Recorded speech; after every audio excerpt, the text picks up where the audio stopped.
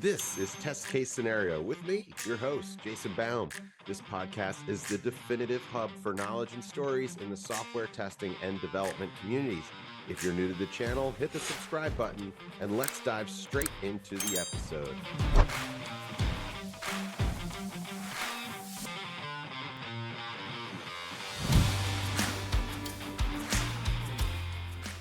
Hey, everybody. Welcome to another episode of Test Case Scenario. I am your host, Jason Baum, and with me, as always, Marcus Merrell. And we're very lucky on today's episode to be joined by Rémy Gronencheld. Rémy, thank you so much for coming on. And why don't you say a few things about yourself? Give your little bio. Hello, everyone. Yes, it's quite simple. I'm working at a French company which is called BlaBlaCar. So we are a company that is doing a lot of things with cars, obviously, but we also have buses. We also have a train, and we are doing carpooling actually as our main activity. So making sure that people can travel together in the same car or in a lot of means to make sure that we bring people together and we make sure that they can travel in the safest way and in the best way possible. So yeah, basically I'm the manager of the quality assurance team in the company. And it's been about 10 years that I'm doing QA and QA testing relating activities regarding that. I'm part of the company, a department that is in charge of all the infrastructure. So we call it foundation teams, which includes database management, all the infrastructure, all the security topics, and kind of a transversal support team to ensure that the business is working as expected in terms of tech. Really excited to have those great discussions with you and to discuss testing, QA, and strategy in general. Awesome. Yes, we're really excited to have you on. And BlaBlaCar is a really, it's a fascinating business. It really is. Last year, Marcus, do you remember having the conversation around in Valentine's Day? Actually, earlier this year, we had a conversation about testing dating sites, dating apps. And in many ways, because we kind of talked about the difference. What did we compare a dating app to? It was like a rideshare. Uber. Yes. And we're like, there's so many similarities, right? When you're testing it or thinking about it from the back end. And I would imagine that BlaBlaCar, as I look at it, it's kind of similar, right? You're like kind of trying to find a match to commute with. And I mean, first, why don't you tell us a little bit about BlaBlaCar? And yeah, and is that a fair comparison from a back end standpoint, or is it completely different?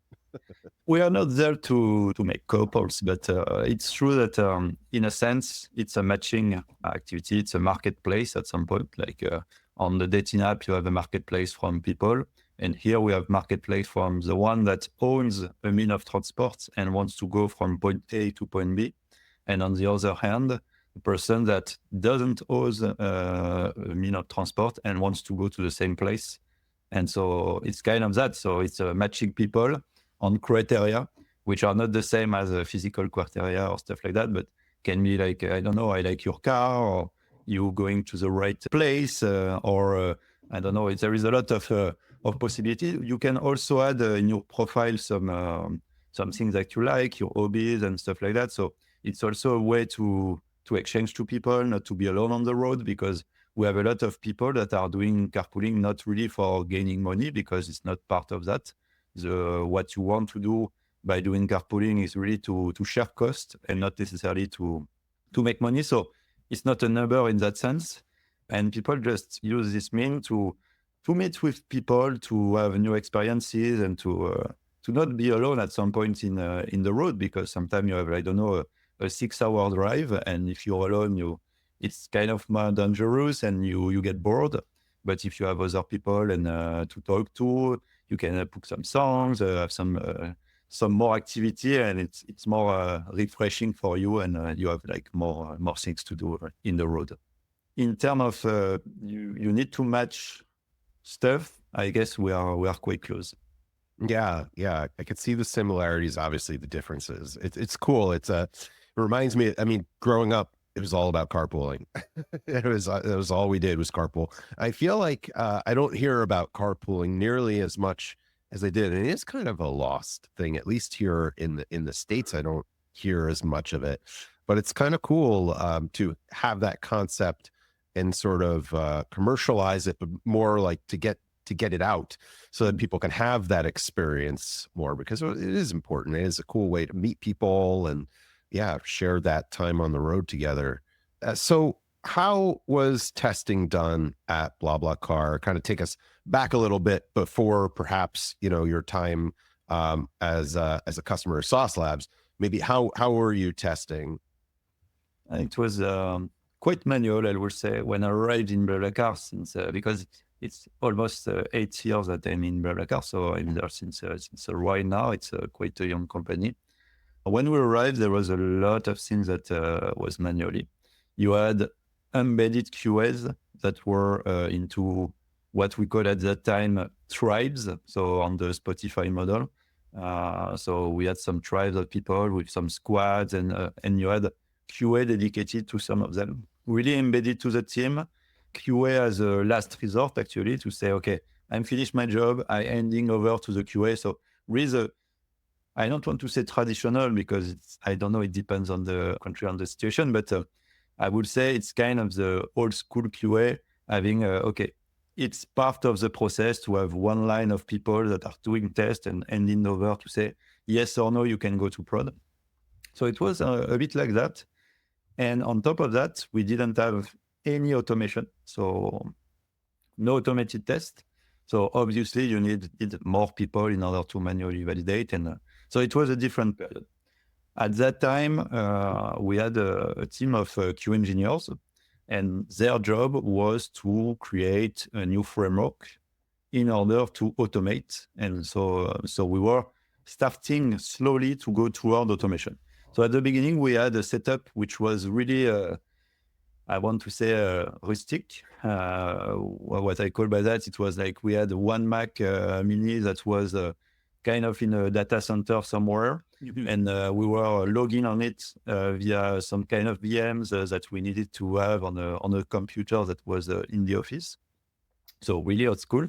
And so when we wanted to, I don't know, to launch an automated test, we had to configure our own simulators. We had to make the updates ourselves. We had a lot of problem with maintenance, with a lot of problem with the way we were working.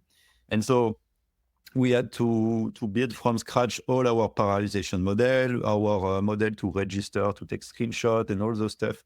We needed to create and maintain them by hand, which was not really easy for us and was taking a lot of time, to be honest. And all this time is not the time you were testing, which is what we want to do most of the time. So yeah, it was pretty beginning of something that was starting to build, but not reaching a point where it's mature enough or scalable enough. And at one point, the solution was, should we continue investing in more Mac minis? Like, should we do that more? So maybe have people dedicated to that 24 hours. And the alternative to that was to find a tool and to export this complexity to the one that knows the best. And so obviously we top on mind, we had Sauce Labs in our radar. So it was really a kind of a no-brainer in the tool, like especially at this stage. Actually, I think there was like, and today also I do believe that Sauce Labs was the best company in order to provide this service. And so we started with a new plan, starting to learn how to work with Sauce Connect, how to really integrate all those bricks. That was a lifesaver actually for us, because we removed, I think it was about 4 hours a week of maintenance that we removed, and that we completely removed, allowing us to dedicate that to create more tests, automate more, and save more time. Maybe I have a bit of figures regarding that. When we were, because we kind of are mobile first, because when you go on the road, most of the time you need to have your mobile to discuss and stuff like that. And so our mobile application are really critical for us. And so it's important to have them really up and running and working well. And so by that time when I arrived, we we are doing mobile submission. So all the regression testing that you do before sending a new release to production. And during that meeting, it was about 15 devs and QAs. So it was kind of a mix of people working together on validating manually a scope of about 50, 60 test cases, which represent, with all the complexity of the app, not so much in the end. And we spent between 2 and 3 hours doing that with all that kind of people. So it was quite heavy for us, and it was taking some time for a lot of developers, which was not used to deliver, to test or anything. And so thanks to SOSLab, we managed to scale our automation, I would say, because we enable more automation to be done at the same time. So in a sense, we enable also the fact that we can provide better coverage to our application. We included that into our continuous testing because it was a way for us to not just wait for the mobile submission to do tests, but to have the automated tests running nightly, daily, and having some kind of structure around that. And by using our abilities, we started to cover more and more tests. So grow the activity, grow the number of tests. And SOSLab was there to support our growth because we could expand. It was not costly for us to do it. We didn't have to restructure everything, to rechange everything. It was already there. The platform was working. People could access it. We had access to videos. We had access to screenshots. It was all embedded. We could even debug directly the app using the live mode when you like launch a test and when you can take over and just like work on it to understand. So pretty neat for us. We build a lot of tooling around the tool so that we can get the result. We can fetch different information to have some logs and stuff like that. So today it's really embedded in our Slack, in our tooling. And so we are using it and we are leveraging it in the right way. And I would say, thanks to that, we were able to really scale the activity. And the result of that is like today, we do manage to have a mobile submission that is no longer tested manually. So today it's not actually a reality. We are still doing a lot of manual tests, I would say. But we are starting to believe that we can reach a point where we could fully automate the regression test suite. And so we could fully leverage automated mobile submissions as a tool. So coming from 3 hours every week to nothing actually, because it's already done, with a coverage that is way better, because today we are thinking about 140 tests that are in end-to-end mode. And so targeting application and targeting directly as a user. So it's pretty strong in terms of trust. So it allows us to really be confident when we ship a new application. If those tests are passing, we know that we're on the right track and we can go to prod. It's really something that helps us in the long run. And today we are like scaling the activity thanks to the support. We know that we don't have to care about a new version of the app because SOSLab is always top of the game on like updating the right OSs and the right things, having the right devices whenever we need them. And so we know that we can count on them. The support is great. You remove some worries that we used to have with a local setup. And so quite a huge change for us compared to where we were. Long days since those Mac Minis. You've come quite far, and I'm surprised you guys didn't want to handle your own infrastructure and grid. I mean, I'm shocked by that. I'm curious, when you go down a level to the tactics of testing an app like that, I'm imagining you've got a lot going on in terms of there's people on two sides of the request and the response to create the match. And then there's a GPS consideration about location finding. Do you do like real-time mapping like Uber or stuff like that? Or is it really just to set up the ride and then let people communicate with each other? That's why Blabla in French or maybe in some country means to talk actually. Like doing some Blabla, it's like talking. And so that's kind of it's the art of the company. Like we prefer people to exchange together. We have a messaging system and stuff like that for people to exchange. But today we don't necessarily track them and have this that's something that we could implement, but today it's not a concern for us. We want to really focus on the experience and the way they're working in the car, because actually the funny part of our application is like most of the business is not in the application actually. The application is a mean to meet people. And so it should be fast, it should be quick, and you should be on it to do what you want to do, which is travel and meet people. And that's why it's different. But today, the geolocalization, we are not really using it, leveraging it as a feature. Most of the complexity is also in the way we are matching those people. We have a lot of internal tooling to define when it's appropriate for people to do detours to get other people along the way and things like that. So we are mostly working on that and working mostly on the departure arrival. And based on that, you define what is the best matching in terms of convenience, timing, and stuff like that. It seems like you'd have to deal with situations where people have a lousy internet connection on one side of the equation, but on the other side, maybe they don't. Do you have to simulate bad cell phone connections and stuff like that, or do you just work through things? Because we operate in a lot of countries, actually. For example, in Brazil, we are in Mexico also, in India. So obviously, we have to deal with a lot of different networks and things like that. So we are like, it's a multicultural testing, actually. It's just about language, but it's also about configuration. Also the phones, because on some country, like you will have like the top-notch phone and stuff like that.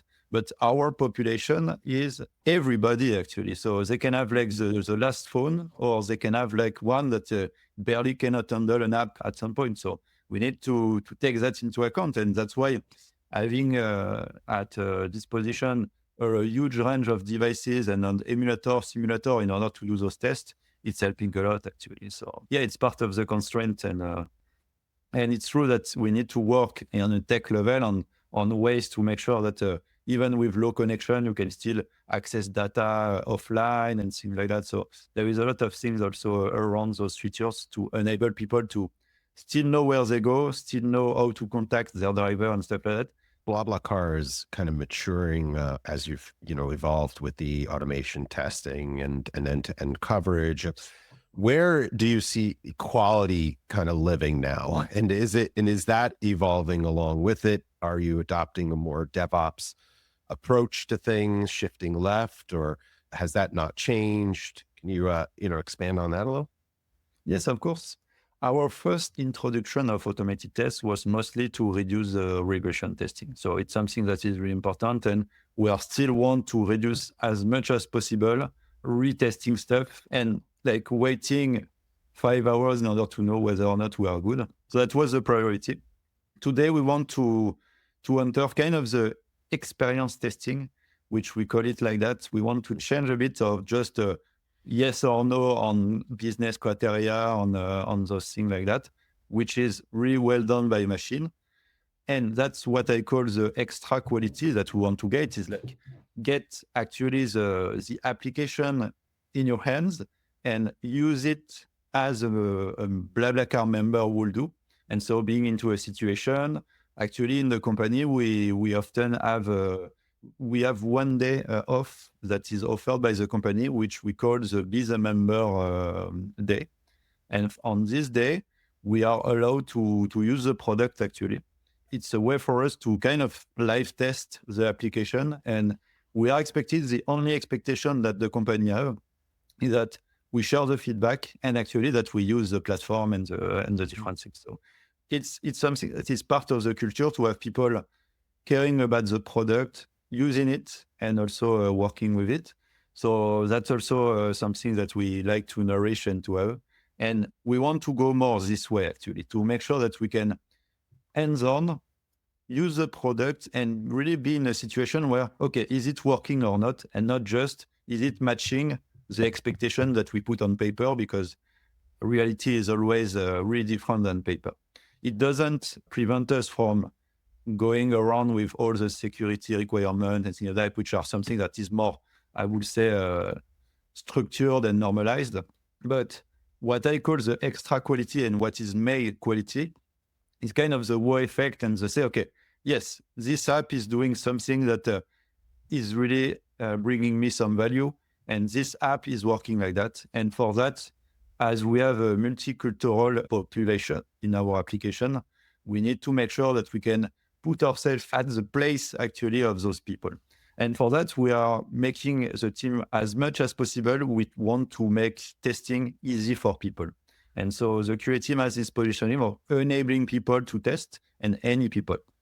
We have a different team, for example, the community relation team, which are the ones that are doing the support for any problem that they have on the road. We try to have them as part of the validation. We want to have their opinion, ask them how it goes, what's the feeling about the product. We get a lot of feedback. And so this is where we get most of the value and where we can bring quality actually. It's when you really not just keep yourself on saying, okay, it's doing what we want, but is it really something that is working for us as an experience and in the whole? And as I say, you could have the best app in the world.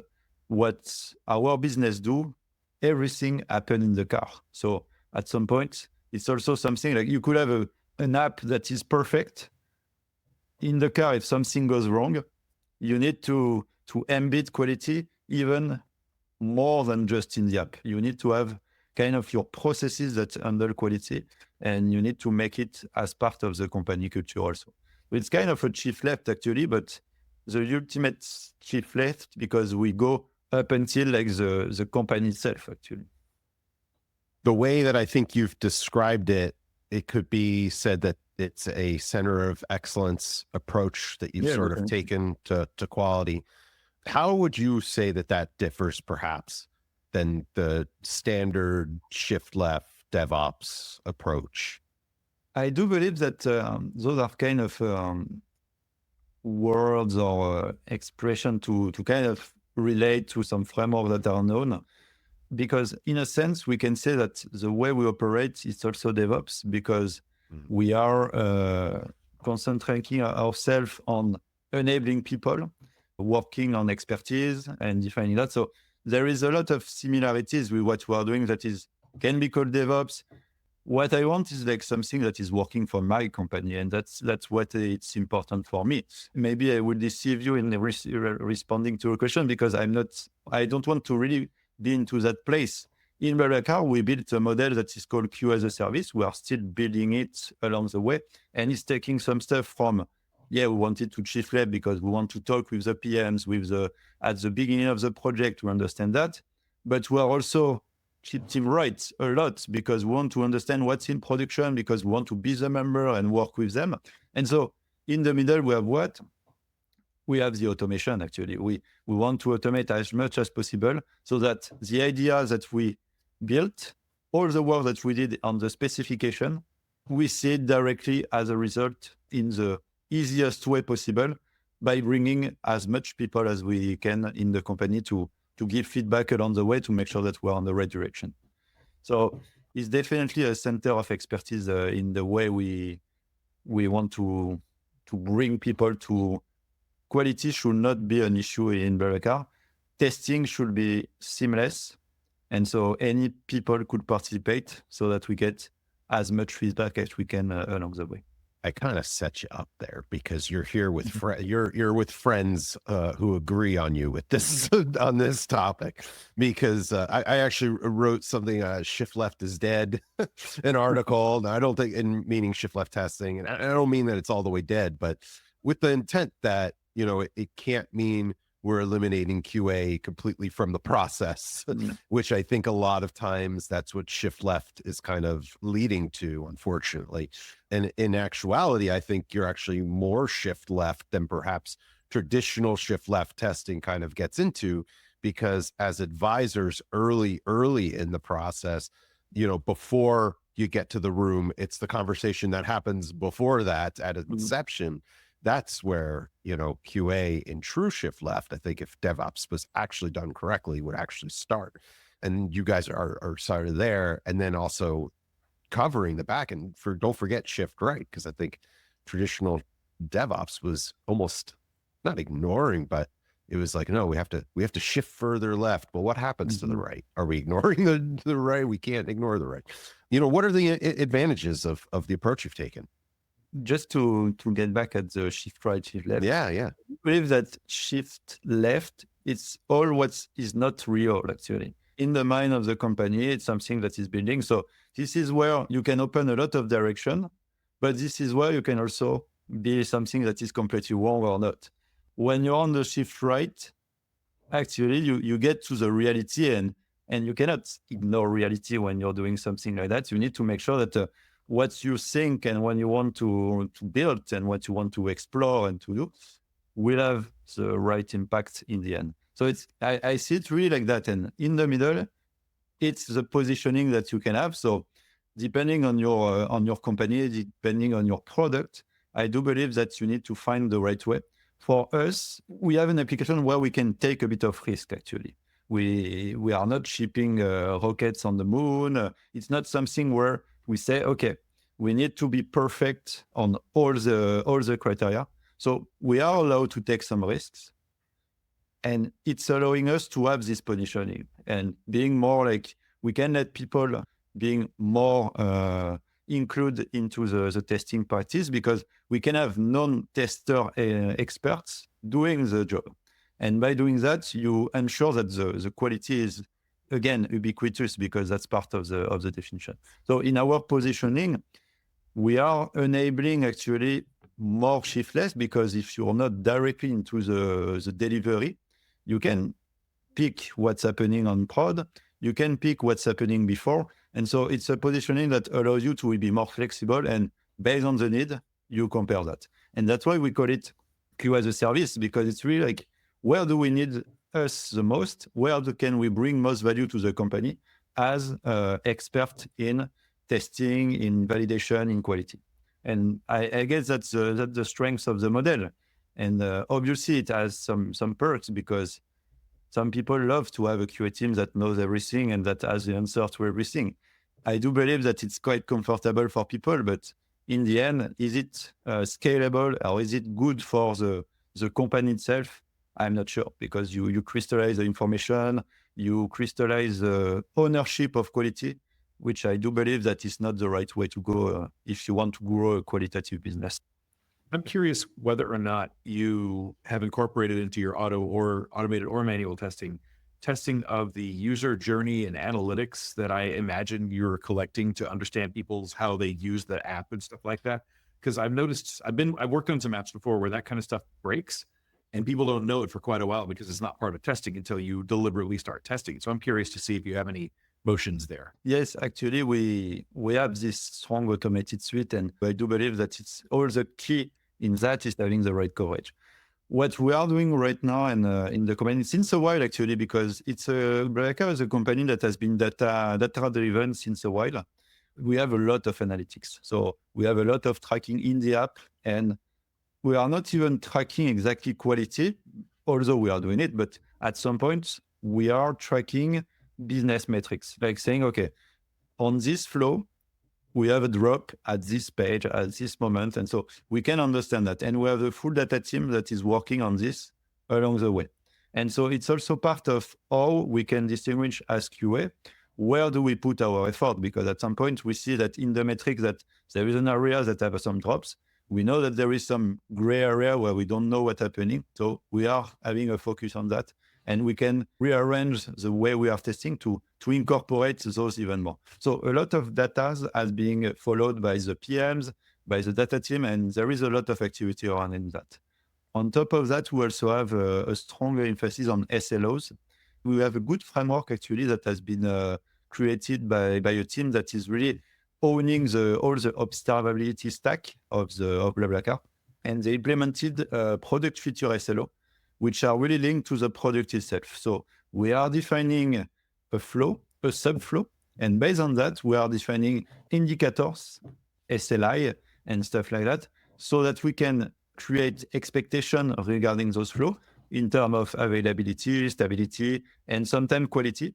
And based on that, we have rolled out this framework for all the tech team. And so any team, based on the flows that they own in their scope, they can say, okay, for example, on the publication, like to publish a new offer to go on a trip, on the publication flow, you have an SLO, which is, okay, this flow should be available at least 50% of the time. It's really more than that. Huh? If it says 50%, it's really nothing. But like we have some leverage regarding that. And today it's part of the full ecosystem of visibility observability that we have on our app. So it's not just only NPS, because we do measure the NPS, we do measure the flows and the data on that, but we also measure the technical part of how the product should work. And on top of that, we have the automated tests that are telling you on this critical flow, on this critical business area, are we fine? Are we confident with what the application is doing on that flow or the other? And so, yes, we have a lot of things regarding that.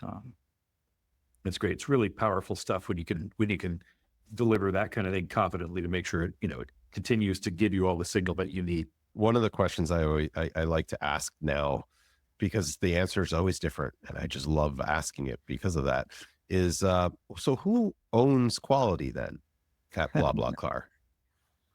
I would really be happy to say that it's everyone. It's a really good question, because today I would say there is not someone or some team that owns quality, which is good. I'm not sure it means that quality is owned today. So it's kind of a quality, it's a spread ownership, I would say. Like every team has their ownership at their level, but we don't have like someone on top that is saying, okay, I'm owning this part of the quality. It's like, it's kind of the company objective actually, to watch and to make sure that what we are doing is quality. So I would say quality is a shared responsibility between the tech team and the product team actually, because they are the one. But I would go even further. It's a quality issue, because it's a team and company issue, because at some point it's not only tech, it's not only product, it's also the people in marketing, it's also the person that are doing the community relation work, and so all those persons that are working along the way, they are the ones that are owning quality. Because if one of them is not doing something qualitatively, there is a hole in the process and it cannot work. So does it like create a culture of quality by doing that? Yes, exactly. Before, actually, when we were more embedded in the team, we had some behavior where people was maybe less aware they should care about what's happening, actually. So we ended up like starting a test where everything was wrong, because nothing and nobody has been testing before. It arrived on us and say, okay, it's your job to make sure that we are good. Today, we don't see that. Today, we see people that they want to do what is good for the product, for the company. And so they came to us and say, okay, I want to make this good, but I don't know how to do it, so I need your help. Whereas better, it was like, okay, I'm doing this stuff.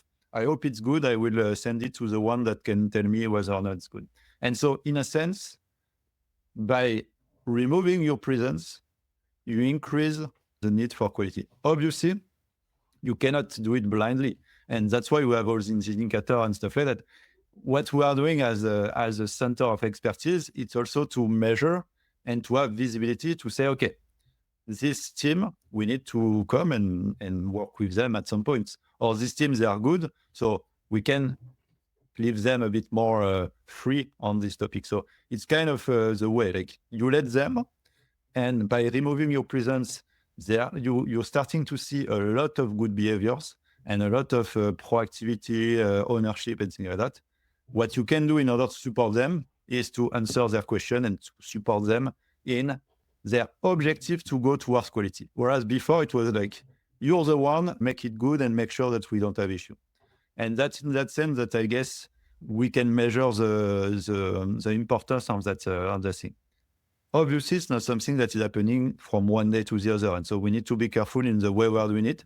Some teams are not ready to do the big step because they lack confidence, because they lack knowledge, and they lack tooling maybe. And so based on that, that's why the center of expertise needs to go and work with them. We have several actually processes that we use in order to diffuse this best practice and stuff like that. In BlaBlaCar, we have the concept of classroom, which is a slot that is available every week, and people can plug a question or or thematics with us, and we discuss an hands-on meeting where we crack a problem or we respond to a question that the team has. Another process that we have, we call it immersions. So meaning like for 1 month, we put one QA in your team, and he or she will be helping you to develop the process, to automate a bit and do it. So thanks to those two elements, we maintain visibility and we can have specific, I would say, action with the teams that need it the most. And so it's kind of if you say you remove, you need to be ready to support and to enable people to do their own quality. You cannot just leave and lead them into their own duties, I would say. I love that answer. I love everything about this. We're so on the same page, I think. Do you find that it's alleviating pressure for developers who are testing more by doing it this way? I don't know, because I had a lot of complaints also. Oh, that's going to happen anyway. Yeah, it's true, because it's not. Actually, most of the complaints came from the fact that at the beginning, they were spoiled. We were there, we were doing the stuff for them. And so it's kind of when you have something since the beginning, when you remove it, obviously there is a lot of things. So it's kind of marginal in a sense. In the end, they are quite happy that they can save some time. And actually, we demonstrated that at some point they save time because they don't need to interface with someone.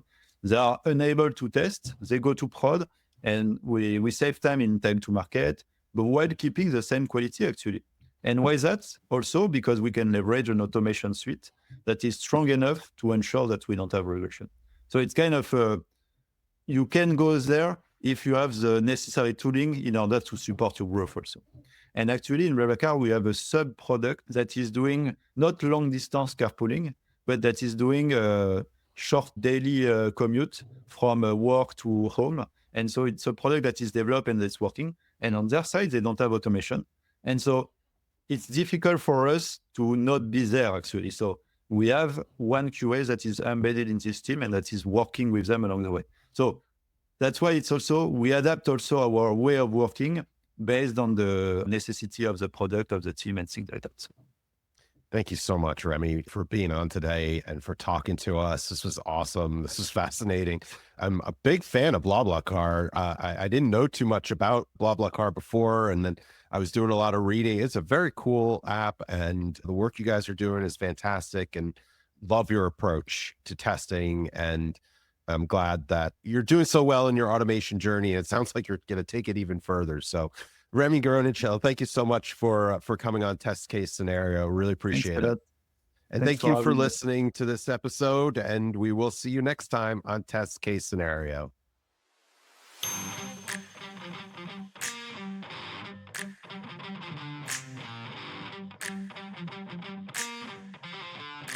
Thank you for joining us on Test Case Scenario. Share your thoughts in the comments. We'll make sure to respond to each and every single one. Don't forget to subscribe and hit that notification bell to keep in touch. If you missed our last episode, it's popping up on your screen right now. Go, click it. Until next time on Test Case Scenario.